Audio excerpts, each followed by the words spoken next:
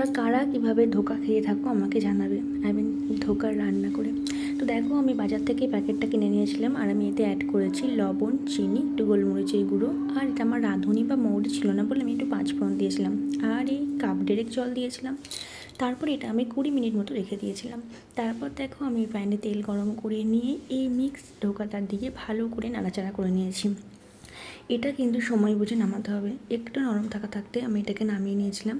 দেখো, এইভাবে আমি এটাকে পিস পিস করে কেটে নেব। তোমরা চাইলে এটা তাহাতেও কিন্তু কেটে নিতে পারো। এটা দেখবে কাটার পরে বেশ শুকনো একটা বরফি কাটার সুজি যেমন হয় সেই রকম শেপে চলে আসবে।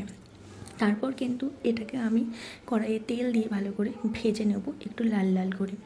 এটা তোমরা ভাজাও খেতে পারো, আর যারা যারা এটা দিয়ে ডালনা খেতে চাও তারা ডুমো ডুমো করে আলু কেটে নেবে, ঠিক যেভাবে আমি করেছি। আর মশলায় শুধুমাত্র আমি আদা, জিরে, ধনের গুঁড়ো এগুলোই ব্যবহার করেছি। তো দেখো, আমি আলুগুলো ভেজে নেওয়ার পরে ফোড়ন দিয়ে নিয়েছি, আর তারপর এই আলু, টমেটো এই সমস্ত কিছু দিয়ে ভালো করে নাড়াচাড়া করে মশলাটা কষিয়ে নিয়েছিলাম।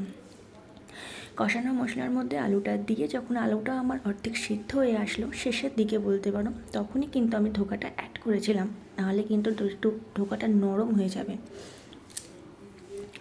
আর এভাবে দেখো, আমার ধোকাটা কিন্তু বেশ সুন্দর হয়েছিল খেতে। তোমরা কে কীভাবে ধোকা রান্না করে খেয়ে থাকো আমাকে অবশ্যই জানাবে। আমি কিন্তু এটা প্রথমবার ট্রাই করলাম, বেশ ভালো লেগেছে আমার।